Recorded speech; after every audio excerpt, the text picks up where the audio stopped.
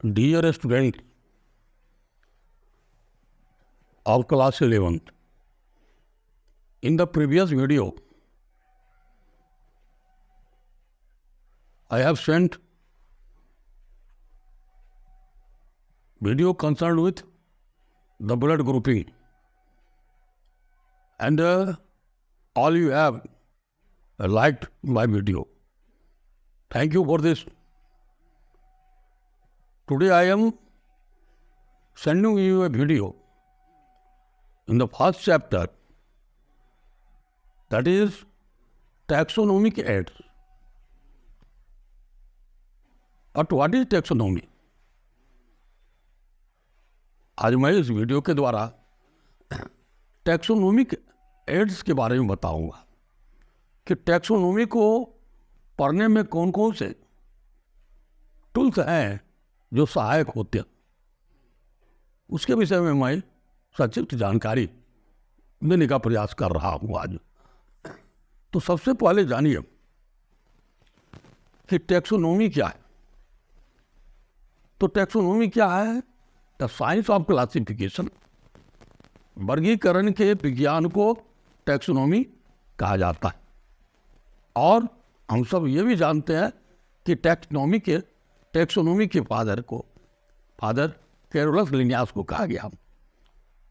तो टैक्सोनोमी क्या है, हम लोगों के लिए उपयोगी है। तो क्या है टैक्सोनोमी, कैसे उपयोगी है? तो दो सेंटेंस इस पर लिखा हुआ है। Taxonomic studies of various species, विभिन्न जातियों का टैक्सोनोमिक स्टडी जो है प्लांट्स और एनिमल्स का और अदर ऑर्गेनिज्म का, यह यूजफुल है, बेनिफिशियल है।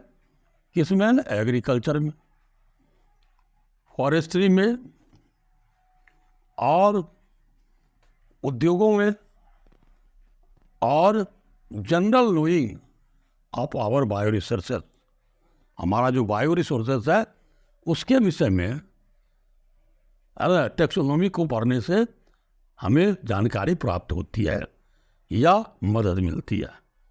तो ये टैक्सोनोमी का स्टडीज इन फील्ड में हमारे लिए लाभदायक। क्या हो गया? पहला है एग्रीकल्चर में, दूसरा फॉरेस्ट्री में, तीसरा इंडस्ट्रीज में, और चौथा है अपने बायो रिसोर्सेस को जानने में। अब देखिए टैक्सोनोमिक एड्स क्या है। तो पहले ही मैंने बताया कि वे टूल्स और रिसोर्सेज जो टैक्सोनोमी के अध्ययन में सहायता प्रदान करता है उसे टैक्सोनोमिक एड्स और टूल्स कहते हैं। तो ये टैक्सोनोमिक एड्स कौन कौन है, मैं उसका पहले लिस्ट दे रहा हूँ। व्हाट आर है ना टैक्सोनोमिक एड्स, कौन कौन है? तो इसमें पहला टैक्सोनोमिक एड है, उसको कहते हैं हर्बेरियम। दूसरा है बोटेनिकल गार्डन। तीसरा है म्यूजियम। चौथा है जूलॉजिकल पार्क, और पांचवा है की।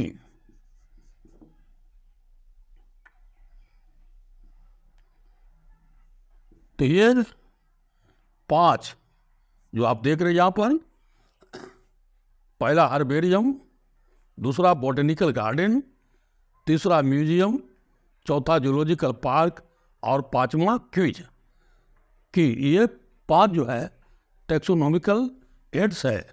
यह टैक्सोनोमी के अध्ययन में हमें मदद करता है। तो आइए हम चर्चा करते पहले फर्स्ट ऑफ ऑल हर्बेरियम के बारे में। ये हर्बेरियम क्या होता है? तो herbarium is a store house of dried preserved and pressed specimen of plant।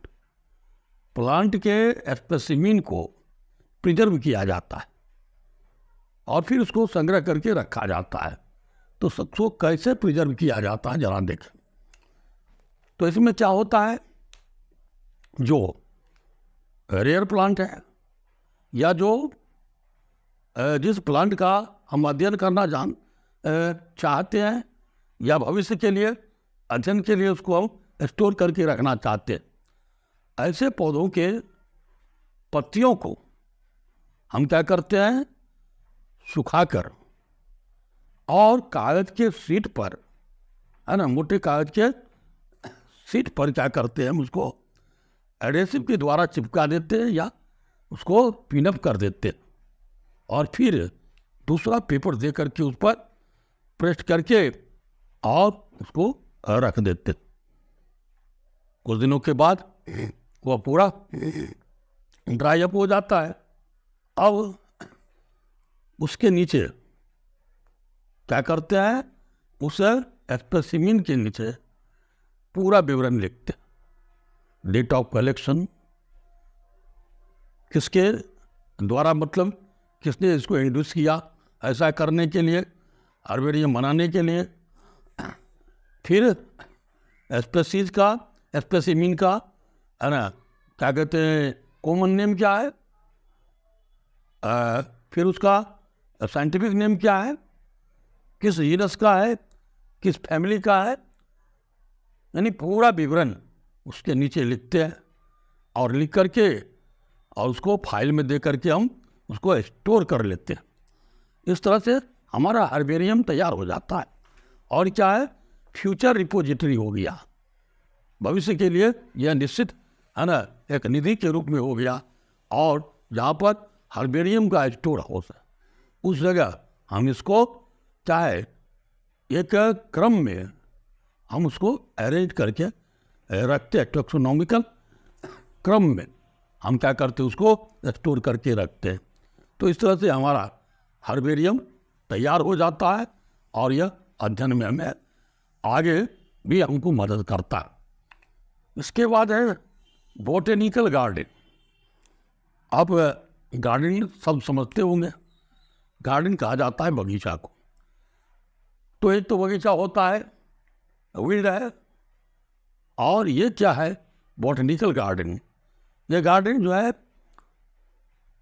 हमारे द्वारा मतलब क्रिएटेड है, लेकिन इस गार्डन का उद्देश्य क्या है कि प्लांट स्पीशीज को, प्लांट्स के ग्रुप को, उसको, या रेयर प्लांट है या कहीं से बाहर से लाया गया तो प्लांट्स के आइडेंटिफिकेशन हो, इसके लिए एक गार्डन तैयार किया जाता है। और इस गार्डन में क्या है, जो प्लांट है उस प्लांट पर क्या होता है, लिखा रहता है। कौन से लिखे दिया जाता है, तो किस हुआ, उसका बहुत साइंटिफिक नेम क्या है और वह किस फैमिली का, उसके फैमिली का और उसके साइंटिफिक नेम उस पर लिखा रहता है, ताकि जो विजिटर आता है, जो स्टडी करने वाला है, वो आता है आसानी से उसको पढ़ करके और उस प्लांट को आइडेंटिफाई कर लेता है। तो बोटेनिकल गार्डन से क्या होता है, प्लांट का अध्ययन करने में और फिर वो टेक्सोनोमी मतलब वर्गीकरण करने में यह काफ़ी सहायता करता है।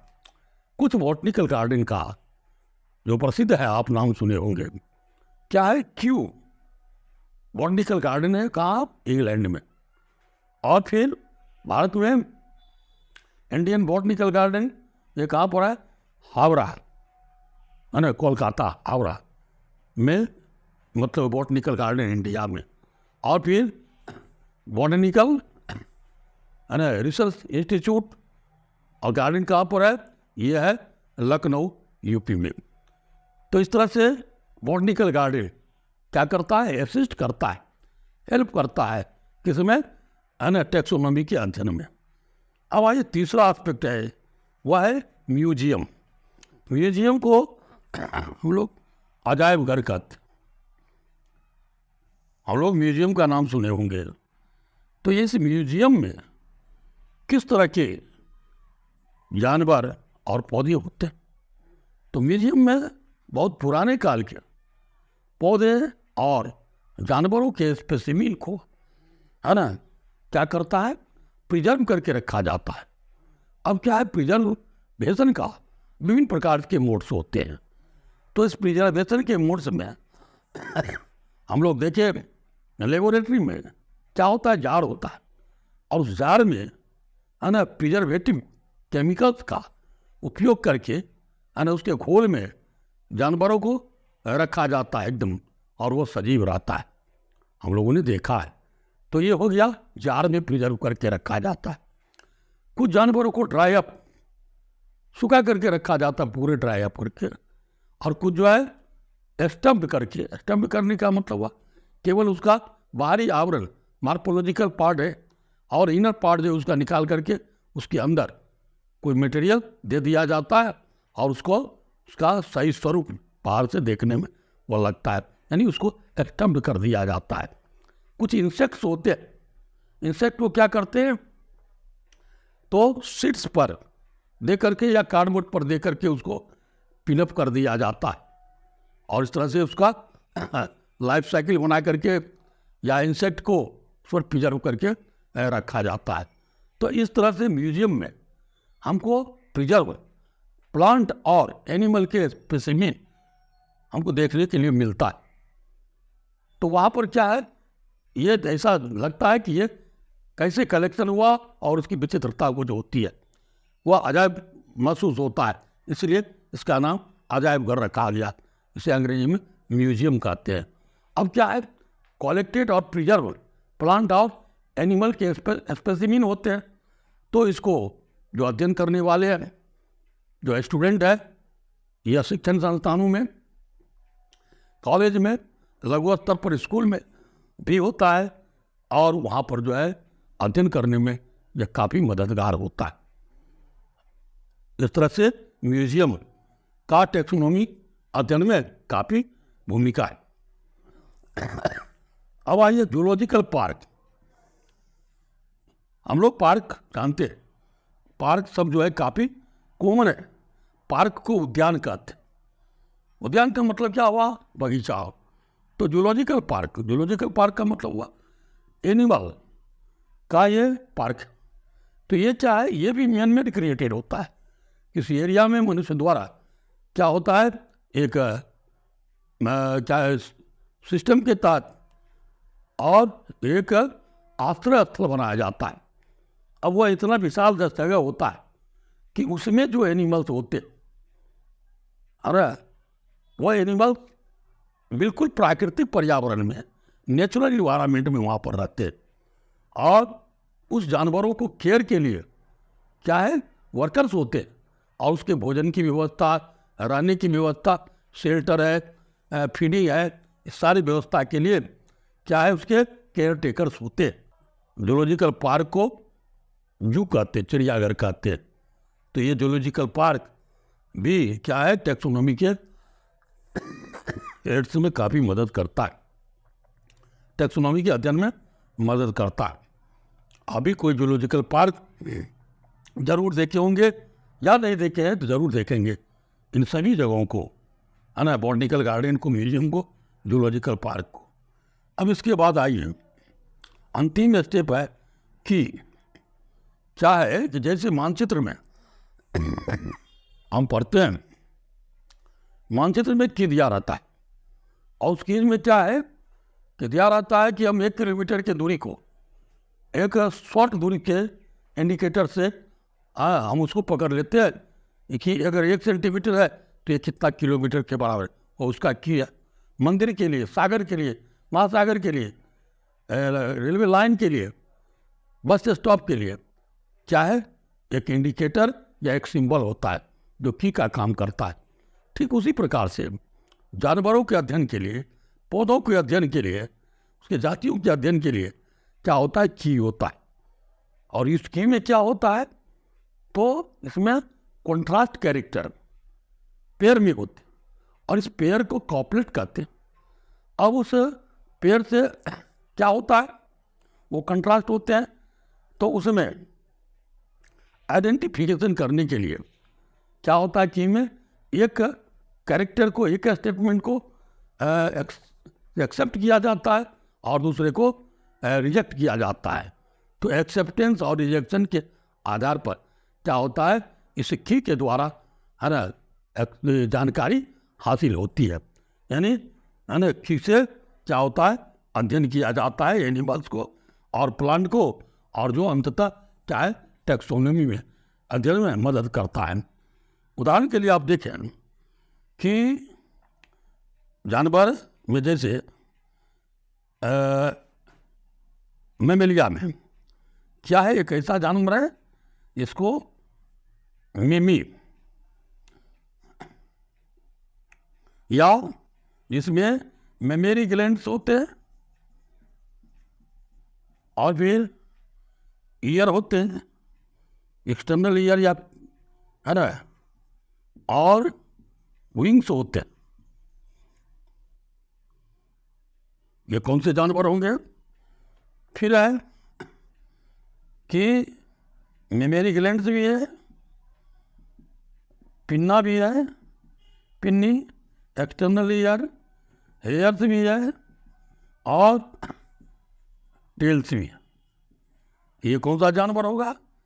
तो कहने का मतलब ऐसे है ना मेमेलियन है जिसको विंग्स होते। ये विंग्स वाले जो है ये कौन से मेमेलियन होते हैं? जो फ्लाई करते हैं। तो निश्चित रूप से कहेंगे वह क्या है, बैट।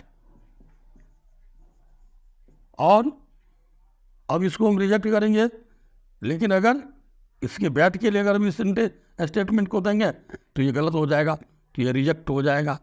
यहाँ पर एक्सटर्नल ईयर है, हेयर्स भी है, टेल भी है और ये मेमोरी ग्लैंड्स भी है।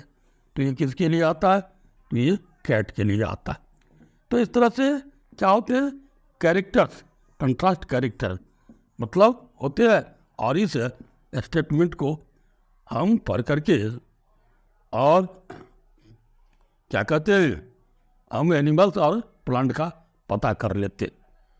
तो इस तरह से की भी क्या करता है, हमें टैक्सोनॉमी के अध्ययन में बिल्कुल मदद करता है। तो ये सारे है ना जो एस्पेक्ट्स हैं, ये सारे जो टूल्स हैं, इसमें आ गया herbarium, botanical garden, museum, zoological park और की, ये सभी हमारे टैक्सोनॉमी के अध्ययन में बिल्कुल मदद करता है। तो इस तरह से आज मैंने एक टॉपिक आप लोगों को टैक्सोनॉमी एड्स के बारे में बताया है ना, टैक्सोनॉमी के अध्ययन के लिए टूल्स के बारे में बताया।